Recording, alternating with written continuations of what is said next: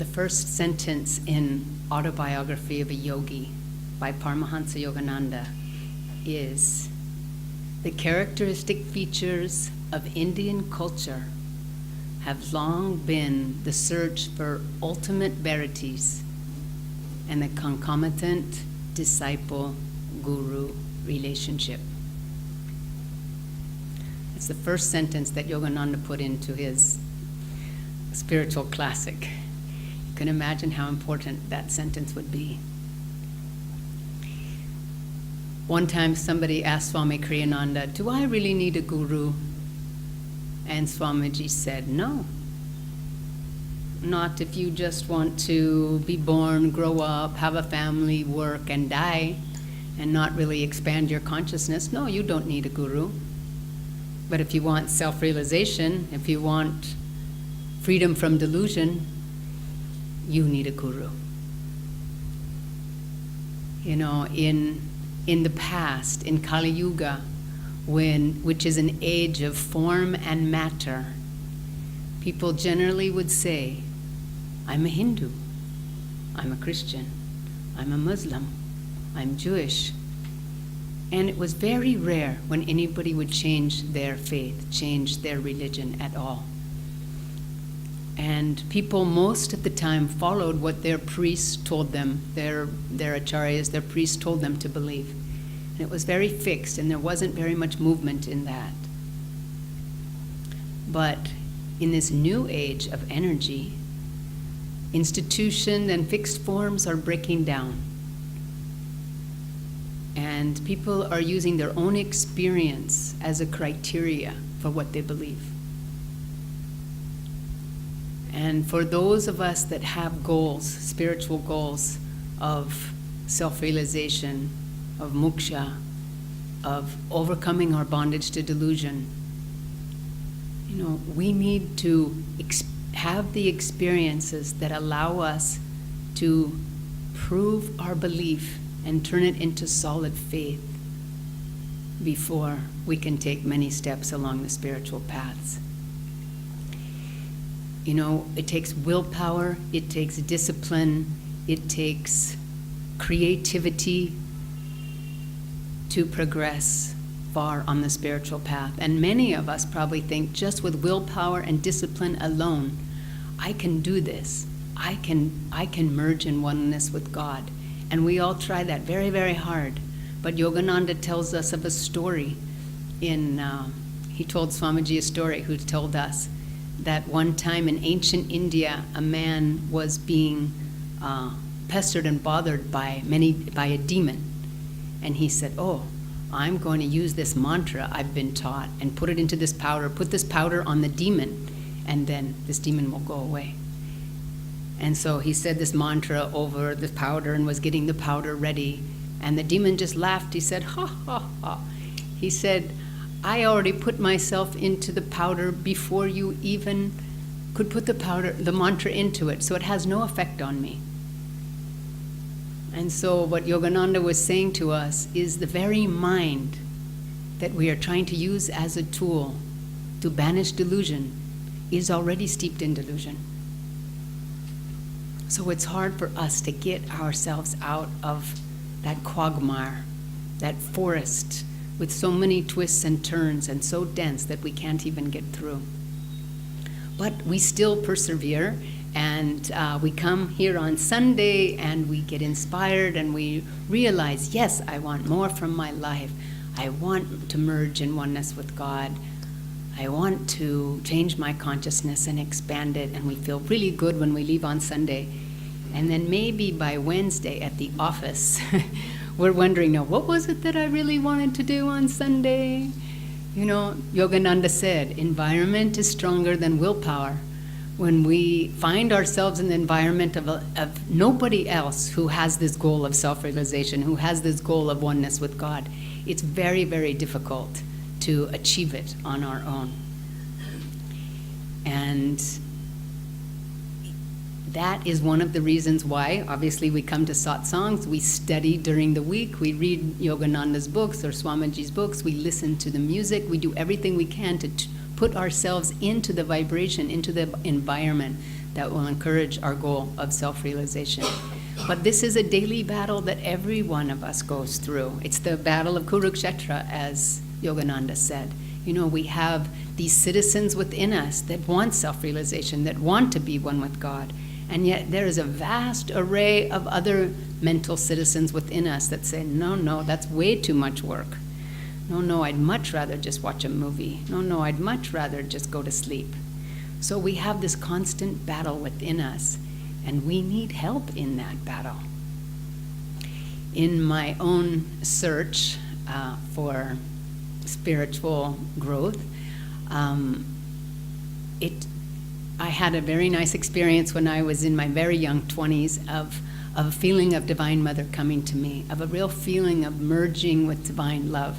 I was just, I didn't pray for it, I didn't even know I was praying, but suddenly I was just blessed with this feeling about just being so unconditionally loved. And I just thought, wow, that's something that I've been looking for my whole life in every way, every wrong way I've been looking for. How can I have more of that?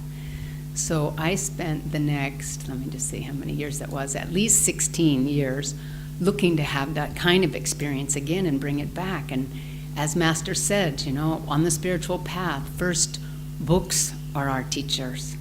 Then workshop, seminar, other teachers, they come in front of us and they help us move along the spiritual path. And I spent so much time doing that, and slowly progressing, but not making very much change to my overall consciousness. And then I had the good karma to find Ananda in California. Actually, just before that, earlier than that, my grandmother had given me Autobiography of a Yogi when I was 24. Now, how's that for good karma? So I read it, I loved it, and I wanted to take my next step on it, but I was still pretty worldly, and I thought, this seems serious. I'm not sure I'm ready for that. And as St. Augustine said, Lord, make me good, but not yet. So, and also Yogananda says, you know, the Guru comes when you call. And he opens the door to the cage.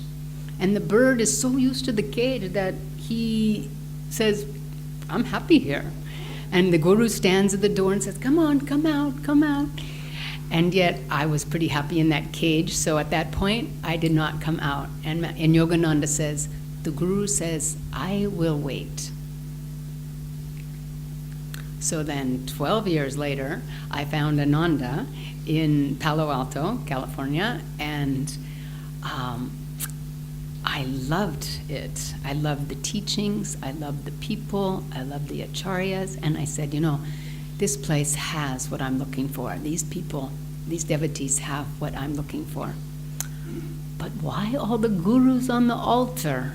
You know, just like, I can do this on my own. I don't need these gurus. I just hang out with these people and it'll be fine. And 2 years at Ananda, 2 years before I took discipleship. And of course, during that 2 years, I was in the environment of true truth seekers, of people who had the vibration of Swami Kriyananda, of Paramahansa Yogananda, of all our gurus. And slowly in that time, my heart started to open, my consciousness began to open. I learned meditation, I started chanting, and slowly I became open. But still, I was thinking, I really don't need a guru. I think I can do this on my own. And in this book, Essence of Self-Realization by Swami Kriyananda, he has recorded and written down words of Paramahansa Yogananda over the years, and this is one of the things that he wrote down that Yogananda said. Do you realize what you're saying when you say you are attracted to the concept of self-realization but reject the need for a guru? People commonly misunderstand self-realization to mean development of their human personality to the highest potential, but self-realization is soul potential, not a human one. The personality is like a dense forest beyond which lies the beautiful, expansive land that God has promised you. To reach him, you must somehow get out of the forest. and not waste time exploring its countless lanes. I explored a lot of countless lanes. People have no idea how to get out of their mental forest. Every path they attempt ends in a confusion of dense undergrowth or leads them back to where they first started out. In time, the realization dawns on them that they are lost. Then, if someone comes and says, "I know this forest well, let me show you the way through it," will they consider his offer a menace to their free will? Won't they view it rather as an opportunity to accomplish successfully what their own will has been trying to accomplish for so long, but always in vain? Experience is what counts. Even a little child, if he knows the way, will lead you out of the forest better than you can lead yourself if you are lost. Yogananda said, "All of us before God are but children. Life itself is a great school, and our lessons in it won't end until we've realized who we really are as children of the infinite. The purpose of the Guru is not to weaken your will. It is to teach you secrets of developing your own inner power until you can stand unshaken amidst the crash of breaking worlds. To develop such divine self-reliance is a matter of greater accomplishment, surely, than standing on your own 2 feet in life's everyday situations. People who reject the need for a guru," Paramahansa Yogananda concluded, "don't realize what a steep mountain stands before them on the path to God. To climb this mountain without a guide would be worse than foolish. Spiritually, it could prove disastrous."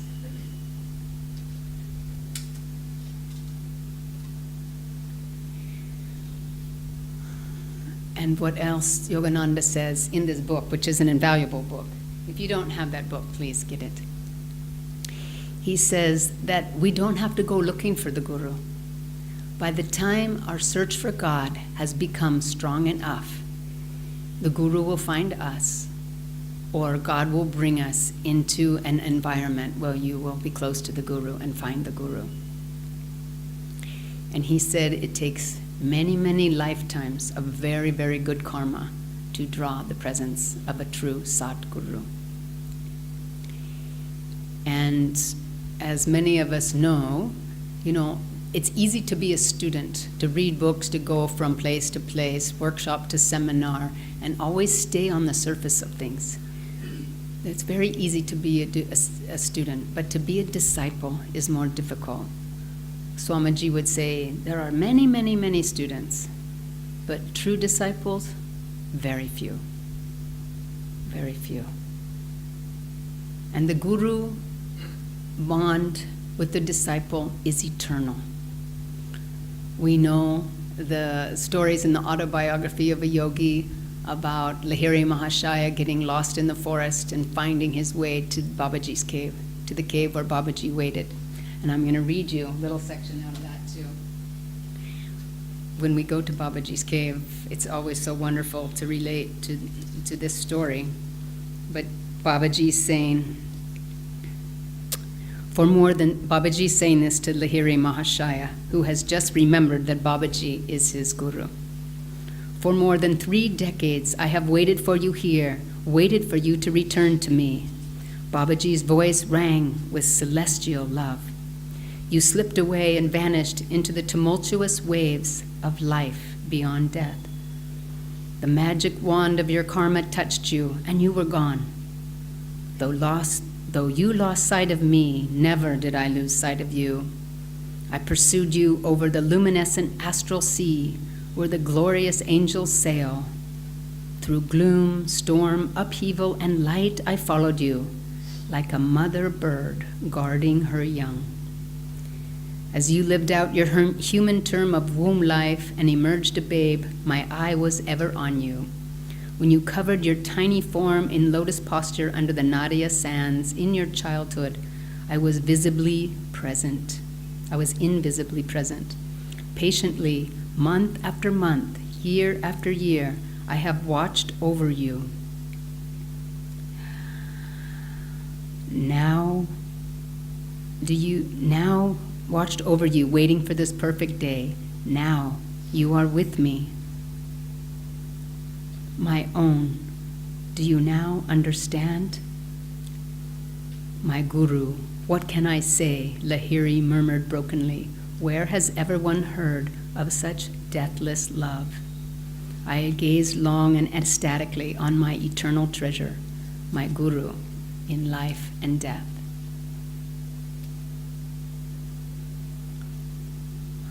So Babaji gives us that promise in Autobiography of a Yogi. When Yogananda met his Guru in Benares, he had had a vision, or a voice came to him in meditation that day. Today your master will come. And then he was magnetically drawn to Sri Yukteswar in one of the alleys in Benares. When Swami Kriyananda read Autobiography for the first time, he was deeply, deeply searching for truth. And he read Autobiography of a Yogi, and he took the next bus from New York to California. It was a 4-day bus ride. Took the next bus, and the next day when he saw Yogananda, and Yogananda saw him and they had an interview, he said, I want to be your disciple. And he didn't even know what having a guru meant at that point. He said, I want to be your disciple. That, by the way, was 69 years ago, Tuesday, September 12th. And we'll be celebrating Swamiji's Discipleship Day, which we call Spiritual Birthday, here that evening with the devotional program. And of course, Swami Kriyananda's spiritual birthday is also all of our spiritual birthday, because none of us would be sitting in this room right now if Swami Kriyananda had not taken the bus from New York to California and said those words. So we want to draw a Satguru. We want to draw the Guru closest to us. Swamiji gives us 3 different characteristics that we can work on about being an ever more perfect disciple. One is faith. Faith in the belief that self-realization is possible, that union with God is possible. Faith in yourself to achieve it, and certainly faith in the Guru to help you achieve it. And also faith in those around you, your Guru Bhais, your spiritual friends, your spiritual family, to be channels of his light to help you make decisions, help you along your path, help you along the way. Turn to those with the vibration, with the light of God, with the light of Gurus, and ask them for help. If you can't hear the Guru's voice or feel his direct guidance in meditation, then ask those of people around you that you have trust and know that they have your highest spiritual welfare in mind. Another characteristic that Swamiji talks about is openness. Openness to change, openness to receive guidance. You can ask yourself, as I was asking myself all those years ago, it's like, how is my life going so far? Is everything that I've been doing working for me? Is this the result I've been looking for? And if this isn't the result that I've been looking for and I want something different, then something will have to change. And so be open to change. Be open to guidance that you're getting through books, through recordings, through your Guru Bhais. Be open to what is your next step. And don't just say, no, I'm going to keep doing what I've always done, because that's what I'm used to, that's what I'm comfortable, that's what's my family's comfortable with. This is your life, this is your self-realization, this is your moksha. And if we achieve any kind of realization in this life, if our consciousness expands at all or into infinity, who do you think are going to be the ones that get helped the most? Our close family and friends. Often those are the ones that don't want you to expand your consciousness and change what you're doing, but those are the ones that receive the most blessings. in addition to yourself, of course. And the third thing that Swamiji said, humble service to the Guru. Humble service to the Guru. And so what does that look like? Yogananda said, if you want to be in tune with me, serve my work, serve my mission. When we love somebody, we want to do what they're interested in. We want to see what they're interested in. If they have a project, we want to help them with that project. I mean, divine love of the Guru is the perfect relationship we can have on the material plane. Love of him and his love for us. What did these gurus incarnate for?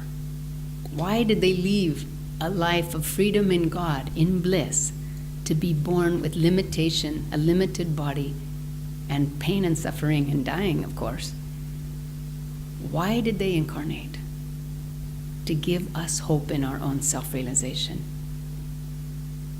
To give the teachings of Kriya Yoga that will help us live in our center and quit reacting and quit being steeped in duality, in Maya, in delusion.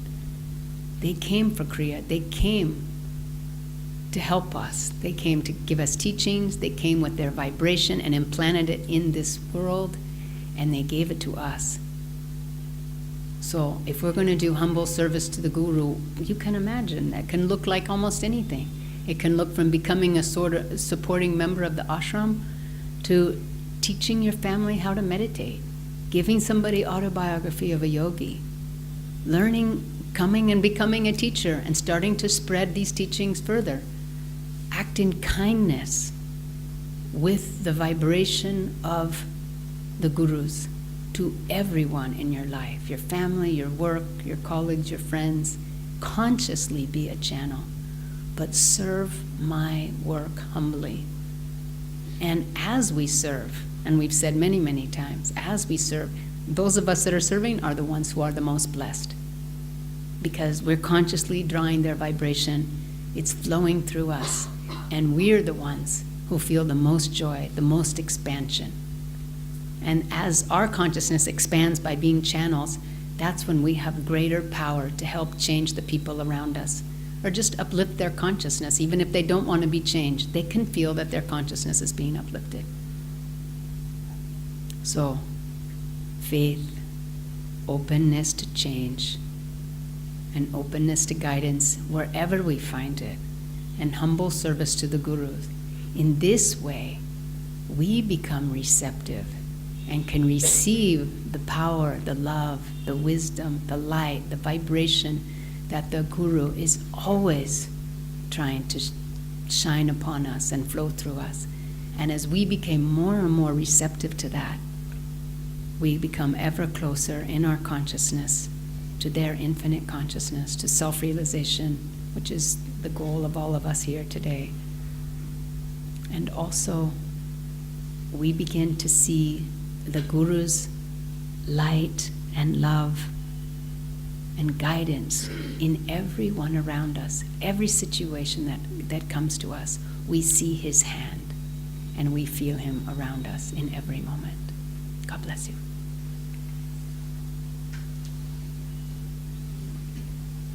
Please stand. We'll have our arati now.